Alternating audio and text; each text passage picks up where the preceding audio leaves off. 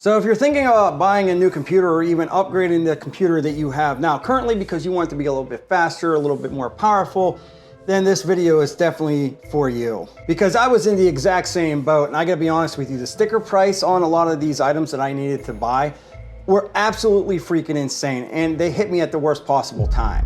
So I just bought a new Alienware laptop and a new PC, basically back to back. My computer crashed and I wanted the Alienware laptop to be a little bit more portable so I'm not stuck in an office editing all day. I needed them because of my YouTube channels. Yes, this is my second channel and I have other YouTube channels. I need them for editing, rendering, recording, multitasking, all the stuff that nobody thinks of when you think of being a YouTuber. And I remember clicking the buy and sitting there for a second saying to myself, what the hell did I just do? Like, well, I solved the problem, yeah, but wow, did I really pay a price for it? And that hurt.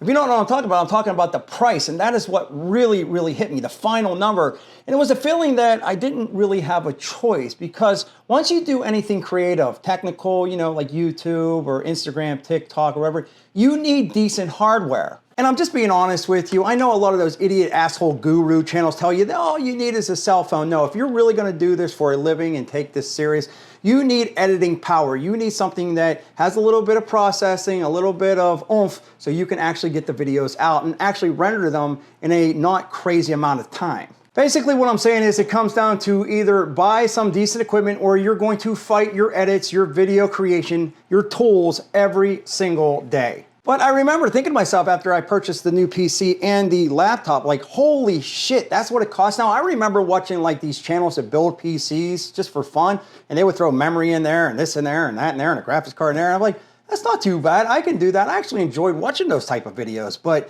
the prices, like, holy crap. Back in 2020, upgrading a PC felt reasonable. Not cheap, but it was reasonable. But let's talk about some of the numbers today for just 1 second. In 2020, you could grab a solid 32 gig kit of RAM without even thinking about it. It wasn't some major freaking decision. Now, if you want a high performance memory, low latency, high speed RAM that actually makes sense for modern gaming, editing, or multitasking rigs, well, you're either looking at those prices saying, I can't afford it, or wow, this is a real sacrifice. Do I even really need it? And one of the real issues isn't today's sticker price on everything, it's where the industry is actually headed, because analysts are already saying memory prices are under pressure again. And this time we can't just blame the gamers like we used to, or the crypto farmers like we have been for the past couple years. So who do we blame for this now?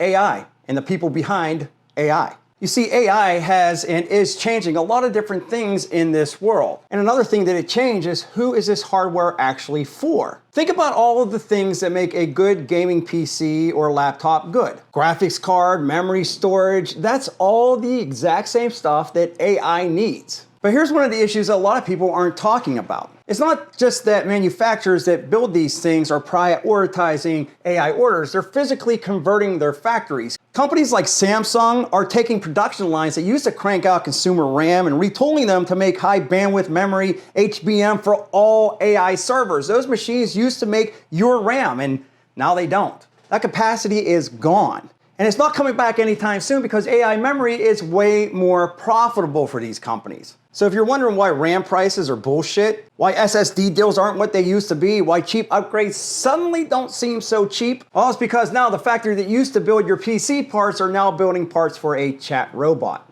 And graphics cards are the most obvious version of this. In 2020, a high-end consumer graphics card, a GPU, lived somewhere in the $600 to maybe $700 or $800 range. Yeah, sure, some of them might have been around $1,000. That was expensive, but it felt like top tier expensive. Like, yeah, that's worth the upgrade. But now if you look at some of these flagship cards, they're selling for $2,000, $3,000. And then you got all the assholes, the third-party sellers that go and buy all these things up, and then you find them on Amazon or eBay for like 2 or 3 times the price of even that. That is definitely not enthusiast pricing anymore. That is like luxury pricing. And at first I told myself the same thing everyone tells themselves. Inflation, pandemic, supply chain. But then I realized something. Prices didn't creep, they jumped. And then right next to that, you see the explosion in AI and things start to register. They start to come together and we're like, oh, that's what's up. But here's the part that really got personal for me. You see, this doesn't just affect us when it comes to computer or PC parts. Not everybody really needs all of the highest graphics and all that stuff. But where it does affect everybody is the electricity bill.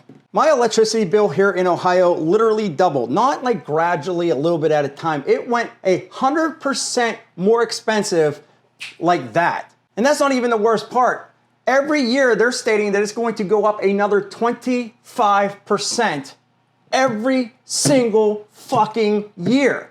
Doesn't matter if I got new efficiency windows or a better thermostat or that I crank my thermostat down to 69 degrees every night just to save a little bit of money. No, they're just gonna keep raising those fucking prices. And that's the funny / sad part about it. You might have nothing to do with AI at all. You don't wanna use it, you don't wanna see it, you don't wanna hear it, but for some reason you still have to pay higher electricity bills because these centers need more electricity and supply demand. And again, that's why you ask yourself, why? Why am I the one that has to suffer for this? I didn't double my usage. I didn't add a workshop. I didn't install a hot tub. I didn't install a fucking AI data center in my basement. So why exactly do I have to pay more? Well, here's where things get really uncomfortable and truthful.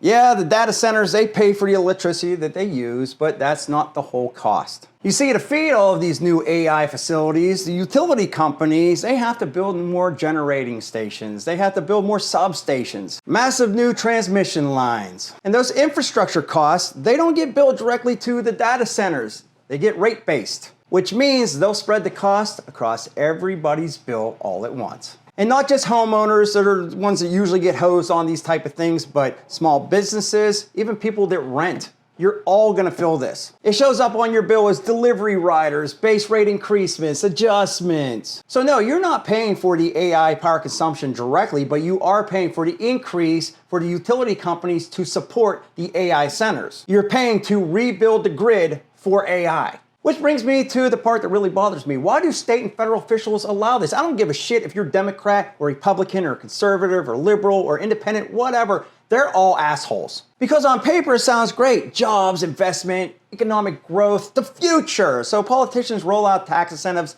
energy guarantees, and the long-term cost of all this, well, it shows up quietly on all of our electric bills. So now zoom out and look at the full picture. Computer parts cost more because AI gets priority. Electricity costs more because AI drives infrastructure upgrades. And the regular people like me and you get stuck paying both ends of the bullshit upfront and every single month. Owning a PC, a gaming PC, or any powerful computer is slowly turning into a luxury. Not because it has to, because that's how the system is being shaped. In 2020, having a solid PC was normal. Now it feels like you need justification just to go out and build one. I need it for work. I need it to make content. I need it to be more productive. That's the reason. And then once that mindset starts to creep in, that's when people are just like, okay.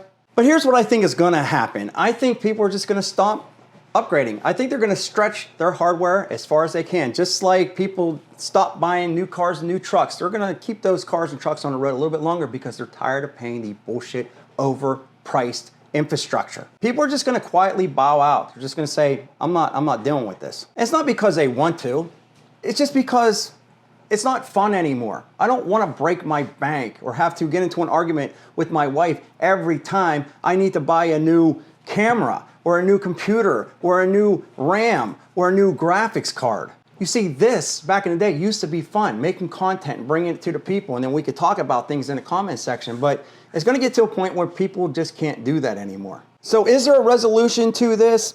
Yeah, but probably not a happy one. I'm not one of those channels that are gonna blow smoke up your ass just to make you happy to hear what you wanna hear. I'm gonna be honest with you, and prices probably aren't crashing. They're not gonna go down. We're not going back to cheap GPUs anytime soon. And it's not because the standards dropped, it's because the system forced this. And to be honest with you, I think that's the part that people are really reacting to. It's not that just things cost more, it's that regular people are being asked to fund an AI future that they did not ask for while being priced out of technology they really rely on. And the other funny thing, if you think about this, you know, AI is built for a lot of different things, including content generation. But when it gets too expensive for the people to generate that content, what happens to the AI? Is it not needed in the future? So is this all for nothing? I don't know. It is crazy times. So if you felt that pause lately before you clicked buy on something, or if you just cringe right before you open up that electric bill, you are not the only one. But I'm curious to know what you think about this. Leave me that sweet comment in the comment section below. If you like this video, check this one out right here. Back. More videos soon.